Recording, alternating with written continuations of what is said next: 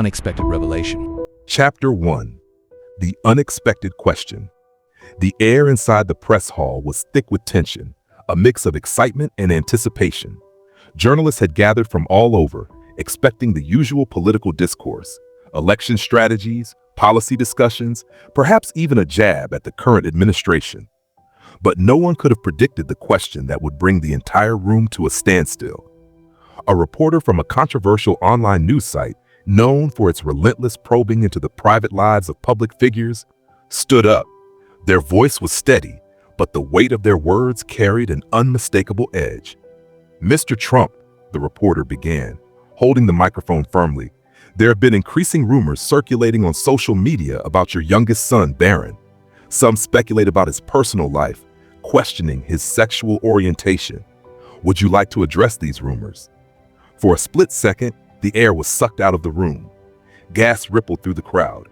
Reporters exchanged quick glances, some raising their eyebrows, others hastily scribbling notes. The question wasn't just bold, it was provocative. Donald Trump, who had been flipping through some documents on the podium, slowly looked up. His eyes, sharp and calculating, scanned the room as if assessing whether this was a serious inquiry or just another media stunt designed to bait him. His usual bravado was momentarily replaced by a rare, almost unreadable stillness. The cameras clicked in rapid succession. Every journalist in the room knew this was a defining moment. Would Trump dismiss it outright? Would he attack the reporter for daring to bring his son into the public eye? Or would he, against all odds, actually address the speculation head-on? The silence stretched for what felt like an eternity. Then finally, Trump leaned into the microphone. "That's a ridiculous question," he said, his tone laced with a mix of irritation and incredulity. The murmurs in the room grew louder, and the reporter, unfazed, held their ground. "So you deny the rumors?" they pressed, eyes locked on the former president. The tension had reached its peak. Chapter 2. Trump's Response and the Media Frenzy. A smirk played at the corner of Trump's lips, the kind he often displayed before delivering a verbal knockout. He adjusted his tie, took a breath, and then, with a voice both commanding and dismissive, said, "I don't need to deny anything. My son is a great kid. He's smart, he's respectful, and unlike many people in this room, he knows how to mind his own business." A few reporters chuckled nervously, but the weight of his words sent a ripple through the media world. It wasn't a direct answer, but it was enough to ignite a firestorm. Within minutes, Twitter, Instagram, and news websites were flooded with headlines. "Trump dodges question about Barron's sexuality. Leave him alone. Trump claps back at reporters' bold inquiry." Social media divided over Trump's reaction to Barron rumors. Some news outlets criticized the question itself, calling it an invasion of privacy, while others dissected every syllable of Trump's response. Analysts debated on live television. Was this just another media-created controversy, or was there something more to it? Meanwhile, Barron himself had yet to make a statement. Unlike his siblings, who were vocal on social media and often engaged in public discourse, Barron remained a mystery to the world. His silence only fueled more speculation. In online forums and celebrity gossip pages, discussions spiraled out of control. Some claimed Trump's response was too defensive. Others pointed out how he never actually denied anything outright. Conspiracy theories formed overnight, with some even suggesting that the Trump family was deliberately keeping Barron's personal life out of the spotlight to maintain their political image. The controversy was no longer just about Barron. It had become a conversation about privacy, media ethics, and the relentless scrutiny that public figures face. And as the internet continued to debate, one question lingered: would Barron Trump ever break his silence? Intermission. Chapter 3. Barron's silence and the public's curiosity. As the media storm raged on, there was one person who remained completely silent: Barron Trump himself. Unlike his father, who thrived on media attention, Barron had always been an enigma, rarely making public statements or engaging in social media discourse. His absence from the conversation only fueled the speculation further. Tabloids and online forums dissected every past interview, every rare public appearance, and even his interactions with his family members, trying to find clues. A clip from years ago where Barron was seen laughing with a male friend at a social event was suddenly being analyzed with newfound intensity. Some supporters defended him fiercely, calling the speculation baseless and invasive. Others demanded an answer. "Why won't he just come out and say something?" a television host asked during a heated debate. "If it's not true, why not shut it down?" But that was the thing. Barron's silence was his answer. He had chosen to rise above the noise, refusing to give in to the world's obsession with his personal life. Whether it was his own choice or a strategic move advised by the Trump family remained unclear. Meanwhile, inside Mar-a-Lago, the Trump family was reportedly furious. Sources close to the family revealed that Melania Trump was particularly upset about the situation.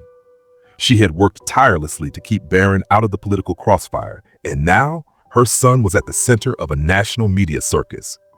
"They've crossed the line," she was overheard telling a close aide.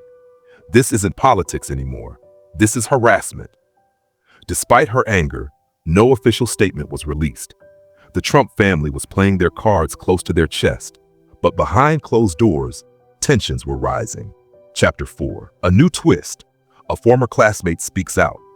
Just when the speculation seemed to be dying down, a new voice entered the conversation.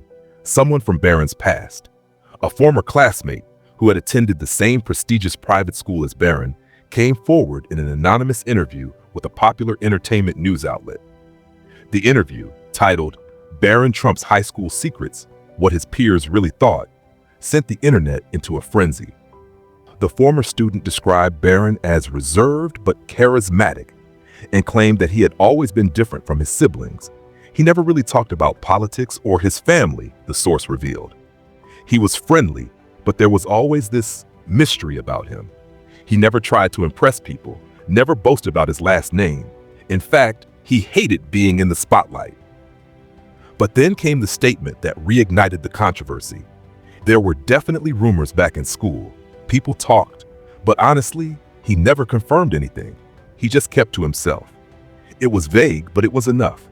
News outlets ran with it, using it as further proof that the speculation wouldn't die anytime soon. The story now had a new angle, a personal connection, someone who had actually known Barron. And while some dismissed it as another desperate attempt by the media to dig into a teenager's life, others believed it was a puzzle piece falling into place. As the world debated the credibility of this so-called classmate, one question loomed larger than ever. Would Barron finally be forced to respond? Chapter 5. Trump's Breaking Point. For days, Trump had remained relatively composed, brushing off the rumors with his usual bravado. But when another reporter pressed him about the classmate's interview at a Florida rally, something inside him snapped.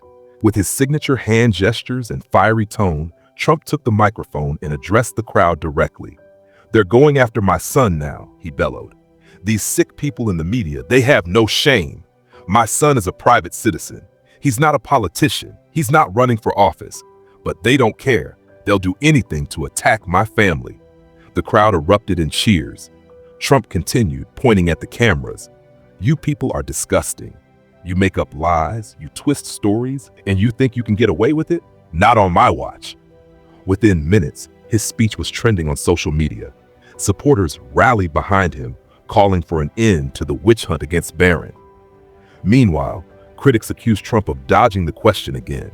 But one thing was clear: Trump had reached his breaking point.